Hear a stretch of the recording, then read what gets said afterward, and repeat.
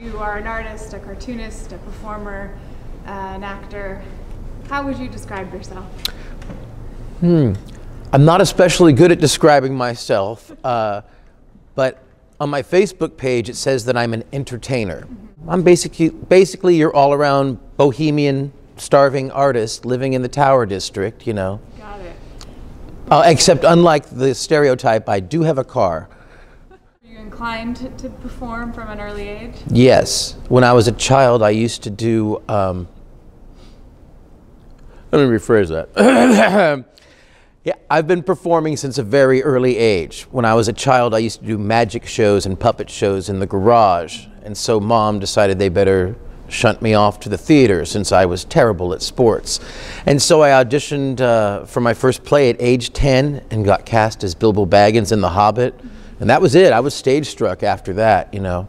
And then I took up music in my mid-teens, and then when I discovered how many girls that attracted as opposed to being a theater geek, I went full-on musician, and now I dabble in both. Many people might strike out for LA or New York. What kept you here? Well, I've stayed in Fresno for a few reasons. One is that it's cheaper to live than other big arts cities like San Francisco or New York. I've been to San Francisco and love it, never even been to New York. Also, I have pretty deep roots here. My parents are still with us and healthy and happy, and they live here as well as other members of family.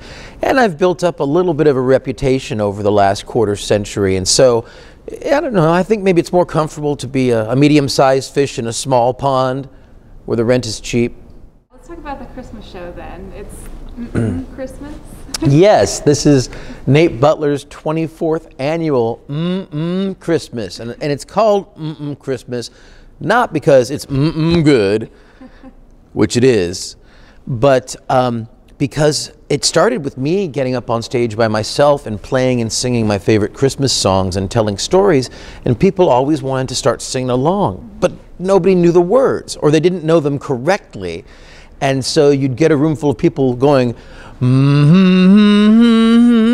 pa-ra-pa-pum-pum, you know, and so I said, that's how it became Christmas. But now we put all the words up on an overhead projection screen so that everybody can see them and sing the correct words if they choose.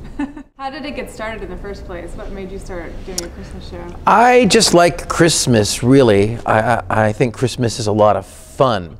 I'm not particularly religious. I like all the things about Christmas that perhaps more religious people don't like, which is the commercialism and, you know, the Santa Claus and the Rudolph and all the stuff that when you were a kid, made Christmas something to look forward to. Not just the presents, but all the lights and fun stuff. Yeah.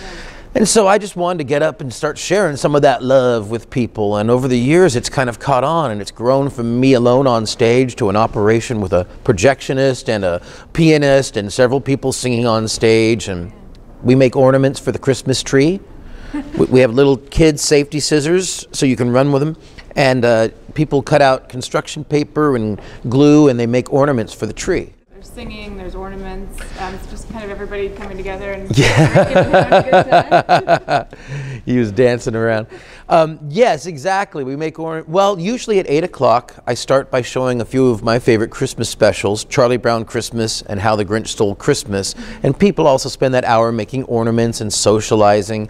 And then about 9 o'clock, we start all singing. And I and several other people get up on stage and sort of lead everyone and conduct everyone while the lyrics are projected up there and a piano player plays. And we take a lot of breaks to socialize and drink some more beer and watch more cartoons. And then we keep coming back and we'll sing for another half hour and then take a break. And then at midnight, it's a tradition, at midnight we do the Peanuts dance, where you play that Charlie Brown theme music, na na na na na na, and everybody gets up and does their own favorite version of the cartoon characters. And it's really fun at midnight to see a bunch of grown-up people just dance around the room like fool. And the song goes on forever. We use the soundtrack version. It's like 5 minutes long. And you can see people going, I don't know how much longer I can keep this up. But nobody wants to lose face, so they just keep going and going. You will, won't you?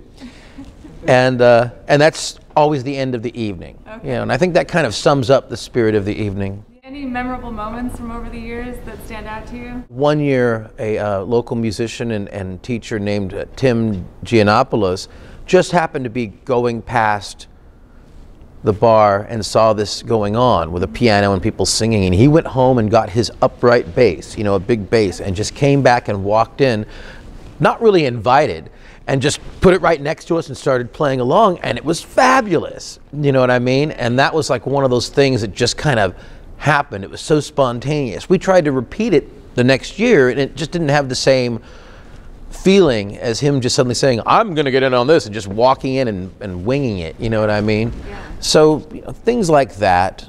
And we have a friend named Jean Garcia who's passed on now, but every year she would make cookies and go around with a tray giving people free cookies. And some people didn't know her name, they just called her the Cookie Lady. Right, you know, and so there's nice memories like that. There are, in fact, I don't want to be a downer, there's a few people that were a part of this thing over the years that have passed on in recent years. Cookie Lady is one. My friend Robert Paul was the pianist for at least the last 10, maybe 15 years, and he passed on earlier this year. Okay. So we're gonna just do like a very brief little tribute to him, since he was always here and a part of it, you know.